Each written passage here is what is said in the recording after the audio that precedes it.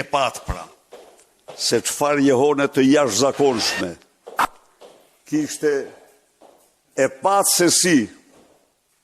disa dhjetra mira qytetar guximtar,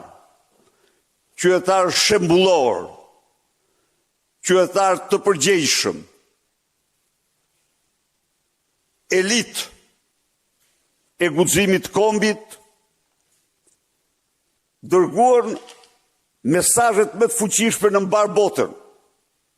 se ata nuk pajtohen me vjedhjet e qeverisë së Edi Ramës dhe të Edi Ramës, se ata nuk pajtohen me dhunimin e votës, se ata nuk pajtohen me një pushtet të paligjshëm.